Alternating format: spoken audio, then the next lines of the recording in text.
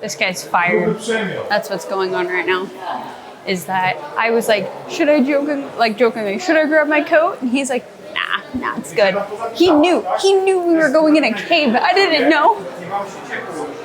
And we're getting into a roller coaster of coldness.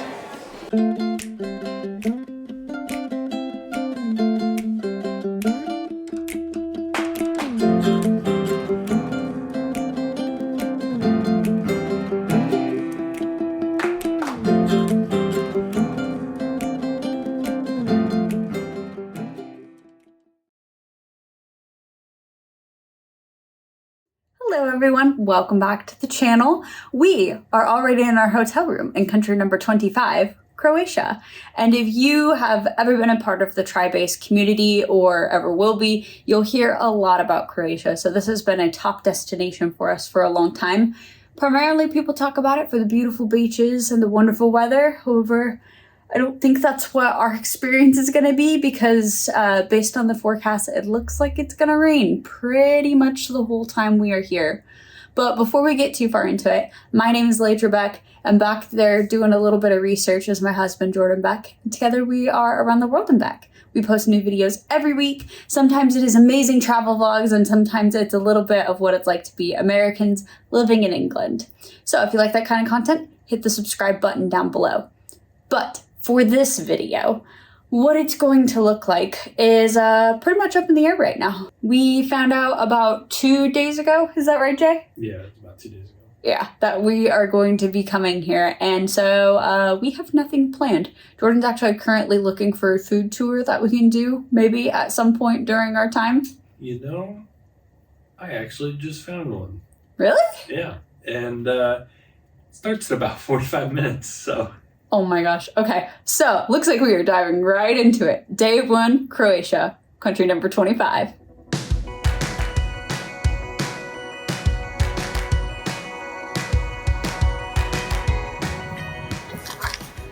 So, on our way over to the food tour, we thought we'd give you a little update on what's happened so far today. We finally caught an early flight out of London to land here in Zagreb. We got a rental car and we're gonna drive around and see what we can come to, but pretty much other than that, we're just gonna be winging it, so it's an adventure.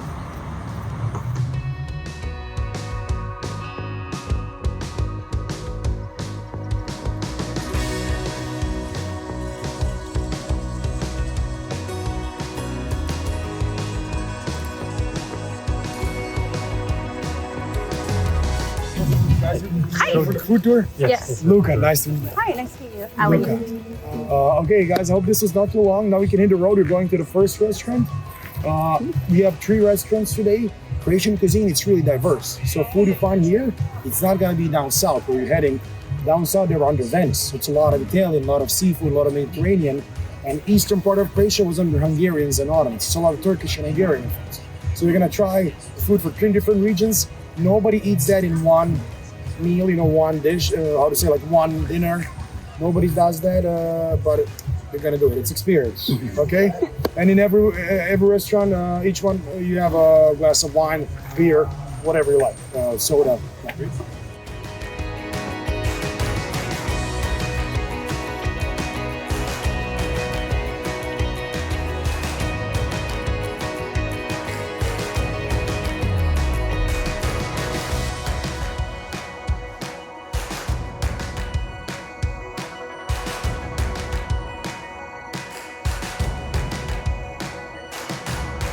Okay, Ready? we say živjeli, which is live long. Živjeli, yeah.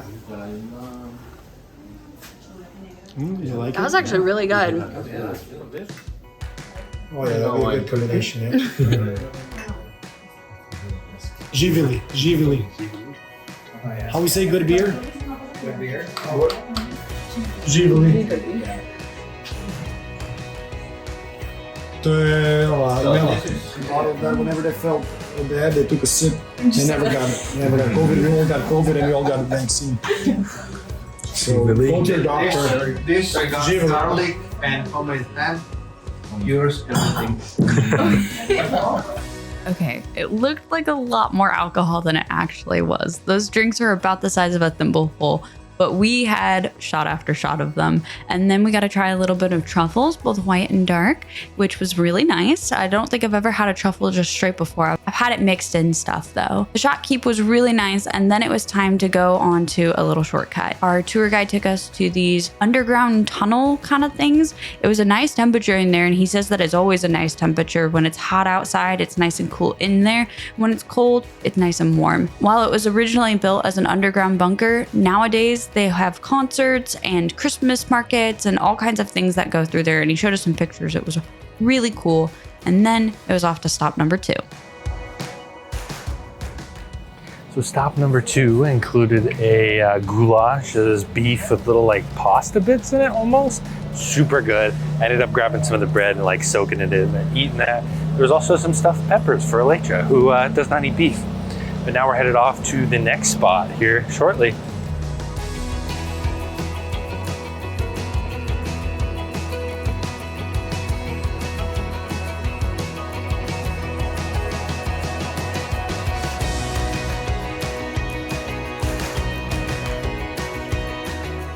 Third and final stop was so freaking good. It was, he kept describing it as like a cheese lasagna, but like a sweet cheese lasagna. It kind of reminded me of the pierogies that we had in Krakow, honestly, but laid out. Still unique though, it was so good. I hadn't really heard about Croatian food until we did this tour. There are so many places that we need to go back and visit, and so many places that he listed to us that we needed to go see. For a last minute tour, I could not speak more highly of it. Our tour guide, Luca, absolutely amazing. I feel like whenever there was a lull in the conversation, he brought us all together. And then at the very end of it, he gave us these little ornaments. And if you're a longtime watcher of the channel, you know that Jordan and I collect ornaments everywhere we go. It just felt like it was a perfect thing. He said that it was a old tradition that doesn't really get practiced anymore, that boys would give it to girls and like kind of a marriage proposal, and there'd be like a little mirror in the front, and the person that you see here is the love of my life. But it was really cool. This is an amazing tour. We had a wonderful first day, and tomorrow we are getting up super early to do, I don't really know yet. So we'll see you then. Good morning. Today we're going to be doing a road trip. We're going to take the car and head towards Slovenia, where we'll kind of wing it. From what we were able to research last night, you do need a vignette to go to Slovenia. So that's what we were able to purchase online for about 15 euros. So now let's head down to the car.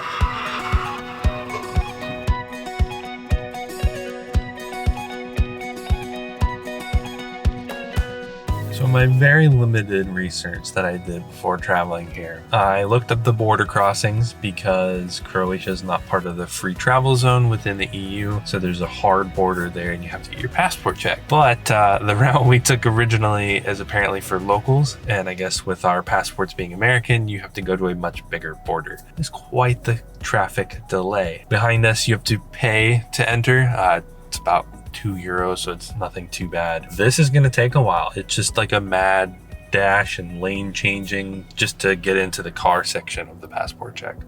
So it's estimating 30 minutes, but hopefully we'll be able to get through it a lot quicker. Oh my gosh, it feels so good to be moving at normal speeds again. How long were we in line for? I think we're close to 2 hours. Oh, that was not part of the non-existent plan.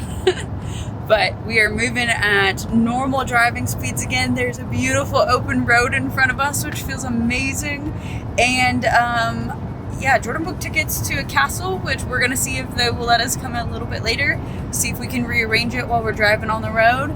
And then, is that stop number 1? Yes, stop number 1. Stop number 1, so we'll meet you at a castle.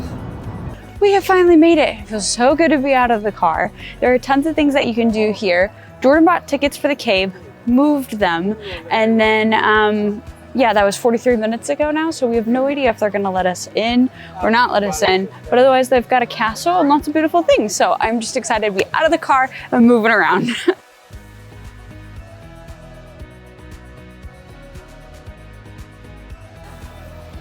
We're walking up towards what we think is going to be like the entrance for our tickets. And there are so many shops and restaurants here. The food smells amazing. I don't know what I was expecting. Not really much of anything, but it's like a whole little village. I'm super vibing with it.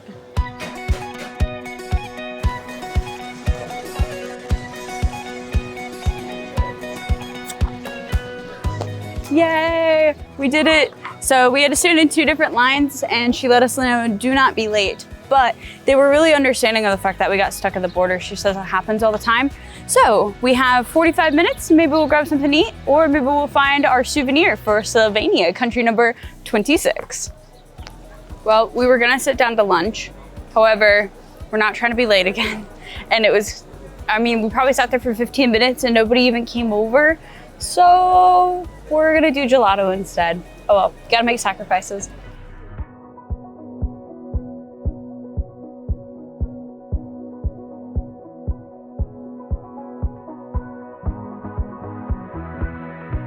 This time we made it. We're under the English tour, and you can already feel the draft and the cool air coming in from underground.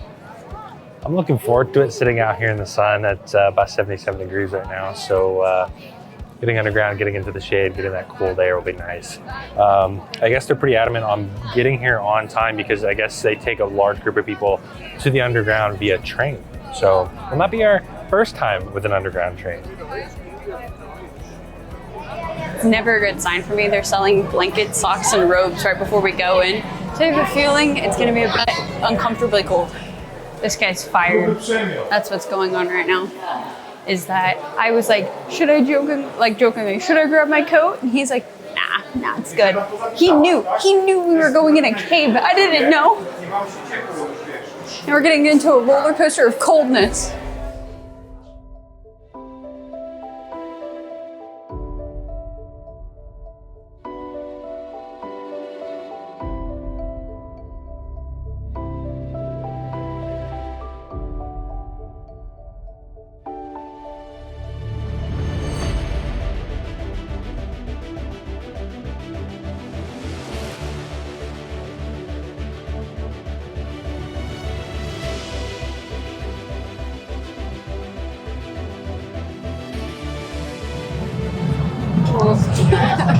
It's so freaking cold. And I feel like we're just getting a little bit deeper all the time and it's just getting colder. Mistakes were made.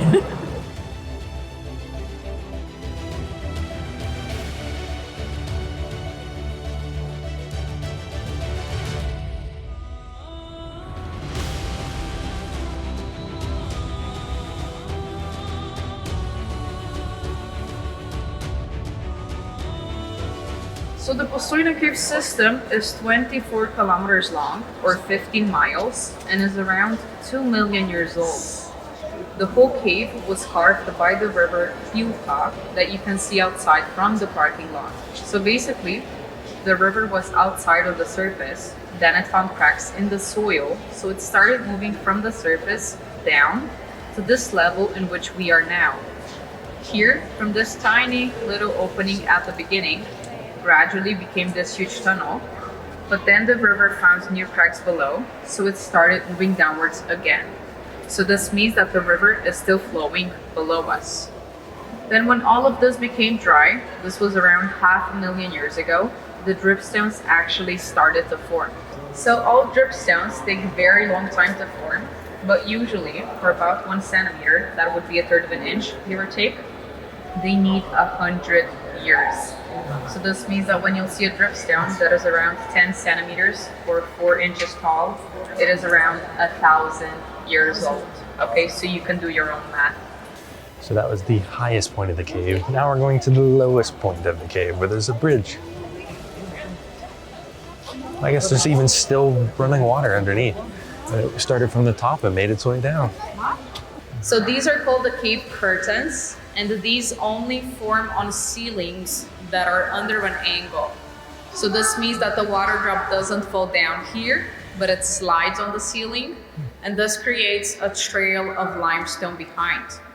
The curtains grow even slower, and for about 1 centimeter, so a third of an inch, they need 300 to 400 years.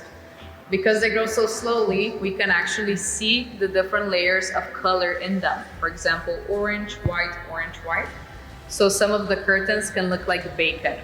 Inside the spaghetti chamber, we're gonna see very tiny stalactites, like this one, that look like spaghettis. There's gonna be around 10,000 of them. The spaghettis grow the slowest, and in 100 years, only grow 1 millimeter. A 1 millimeter, that's about the thickness of our nails in 100 years. As we were walking through, sometimes you'll get hit in the face with the water. And she was also saying that don't touch any of the stalagmites because they're still growing, and I guess the oil from your hands is gonna ruin that process. But they wash the cave every couple of months to get rid of the oil or any sort of contaminants that might ruin its natural process.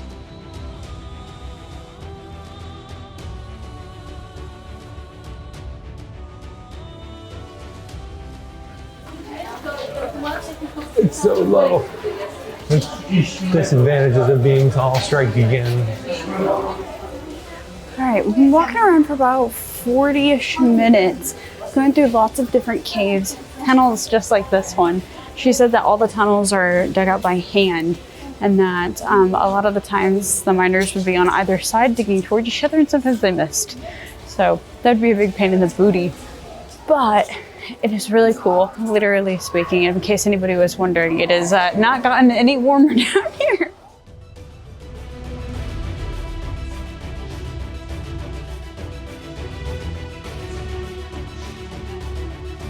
This cave, while cold, turns out only 48 degrees. Apparently that's my limit. It was really cool. We got to see the salamanders at the end. They told us that these are the first ones that have ever bred in captivity, which means that they're really comfortable with their little home. Reminds me a lot of the salt mine that we did when we were in Krakow, but this is definitely a neat experience, and the train is unlike anything that we've done so far. But I'm ready to get out of this cave, so let's go. Oh, so much better. All right, I think the plan is now that we are going to head to the car and then to the castle.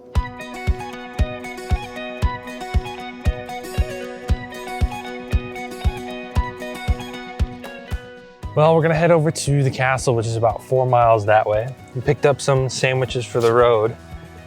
We're running out of time. Everything's been pushed behind schedule. And while we were standing in line, we did come up with some things to do. Now, let's hit the road and enjoy some sandwiches.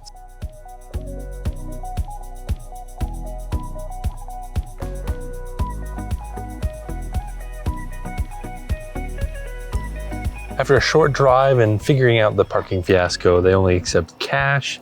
So we had to count some coins, but we made it here to the castle. And it's definitely a very picturesque castle. It sure is. It kind of looks like it's partway in a cave. I don't actually think we're gonna have time to go inside because we're trying to see as much of Slovenia as we possibly can before the sun sets. Yeah, and it did take a little bit longer with not only the border, but the rearranging of the tickets. Mm-hmm. So yeah, you could say that. Yeah. But you can actually buy a bundle ticket so you can do the train and the caves as well as the castle. So while it would be cool to check out, we gotta get going.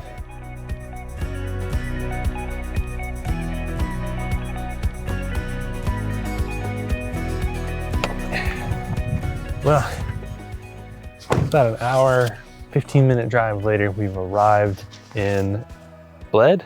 I'm not sure how you pronounce it. A small town that is famous for its lake. And in the middle of the lake is a small island that has a church. However, there's a castle on the hill that has really, really good views. Glad that we came later in the day because of the sun starting to set, so it's giving that very picturesque appearance to the whole place, as well as a lot of the traffic seems to have cleared out. So we're gonna see what we can get into. Long story short, basically what he means is we're at another castle.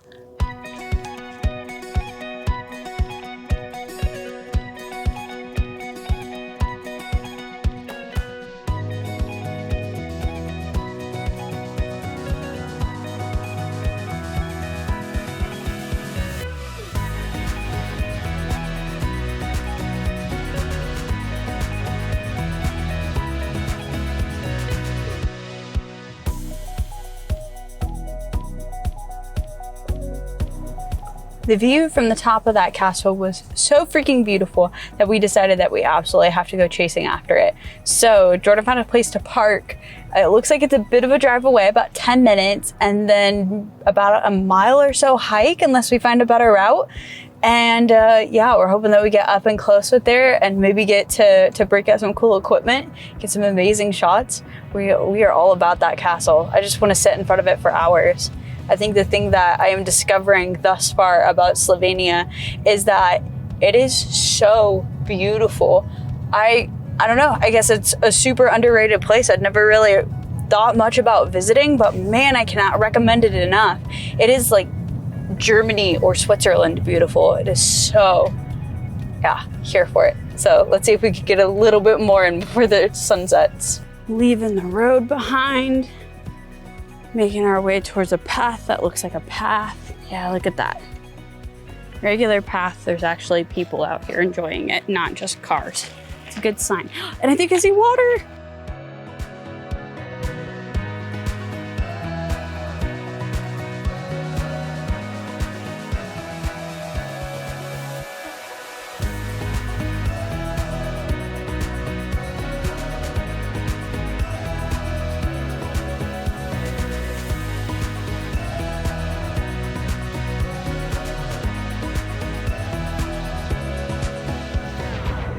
For an unexpected day trip, Slovenia came in with like lots of hard-hitting things. I'm really surprised at how much I really enjoyed being here.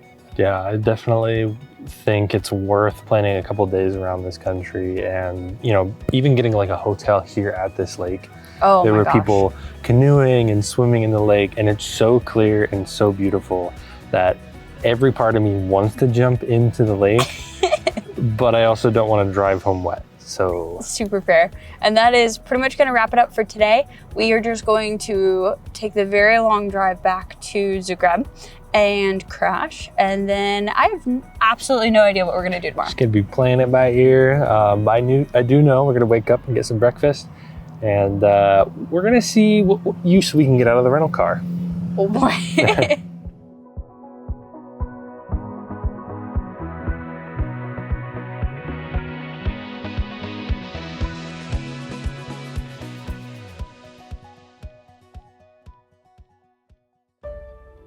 The day started off with grabbing breakfast from the hotel, which included a delicious omelet bar. Afterwards, we hit the road and drove about 2.5 hours south to one of the national parks of Croatia. After some time on the road, though, we ended up going through some small villages and eventually made it to a road that had very, very tall forests and a very windy roads, so we knew we were getting close. And unfortunately, as we got closer, the rain began to pick up. We thought this would discourage some people and the park would become emptier, but that was actually not the case. People were toughing it out and wanted to see these beautiful lakes. So we grabbed our tickets at the door and headed on in. So just over there is the ledge, and I can already hear some things. Sounds what like do you waterfalls. think? Yeah. I'm so excited. just kind of get your reaction. Okay, it's hard to do with a raincoat, so there's no guardrail. Like, oh my gosh, they're so pretty.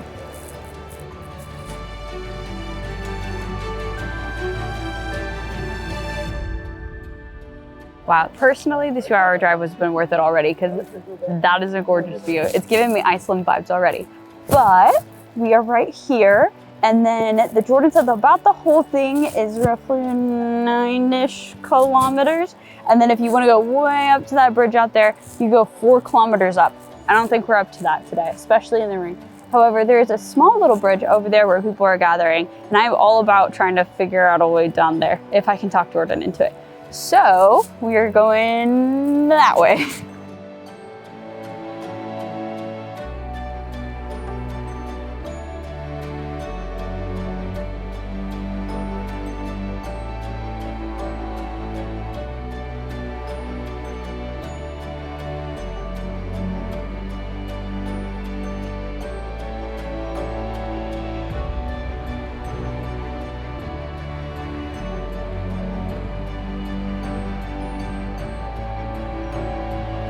It is crazy to me how clear the water is. I mean, like, you can see all the little fish swimming beneath. You could even see the little duck, their feet paddling.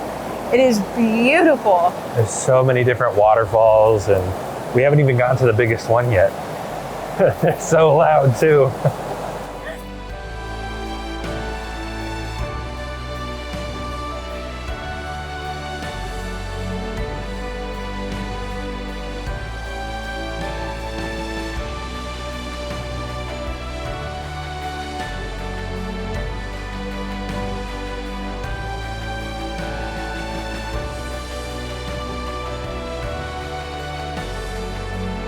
The little ways down where the major waterfalls are is another really big one.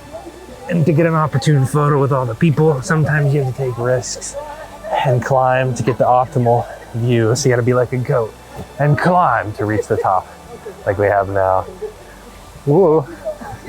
Oh, it's so pretty up here. There's like a small lake over there that it all feeds into, and it's just very calm. Okay, like a power stance. Power stance. Now get down without dying. Now get down without dying? All right. Yeah. I'm just gonna go that way. How was your trip? That was fun. I'd do it again. This is good photos. You wanna see? Yeah. Hey, that's pretty good. I think the best way to go is basically right there. It's the shortest end of the wall.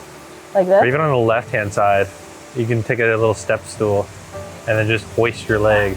There you go.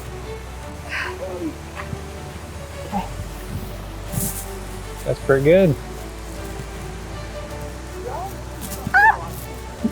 Okay. You good? Yeah, I think so. Now I have to get get down down. without dying. Goat-like. There you go. Perfect. I didn't even die. Take a look at some of the photos. Let's see how good of a photographer I am. That one. That one was just, Look at that one. that was just random. There's a couple good ones. I feel like I didn't do quite as good as you did. Yeah, that's because I know the 2/3 rule thing. Yeah. See, look, I've got you centered in the waterfall, looking out, and then I'm blocking the waterfall. Yeah. We'll have to do it again. This is why, yeah, I'm blocking the waterfall the whole time. All right, I'm a bad photographer. We'll just have to do it again. I'll have to drop the camera. Oh, and we'll okay. do it again. Just do it again. Now that we've gotten our fair share of our waterfall quota for the day, we're going to be walking around just a little bit longer because the logo for this place is a bear. As we were driving throughout the town, there were silhouettes of bears. There are signs for bears everywhere. I feel like there's bears here. But you actually want to go find a bear? I mean, maybe give them little head scratches. No, okay. I don't know. I think it would be scary and terrible. I want to see a bear from like across a ravine. That's how I want to meet a bear. Like way over there and like wave at him, but he can't get me. But we're gonna be walking around for a little bit longer, see what we can find.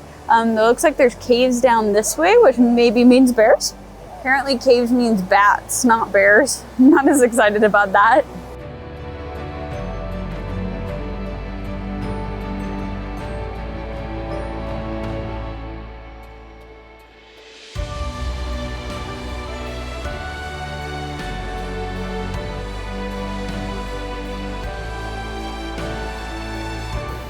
Hello, Mr. Bear. Hello. Are you in there? After Elytra's wild bear hunt, she led us to a bat cave and to the spot we started at. I guess it just spirals up to the top where the walking path began, and we'll just walk back to the car.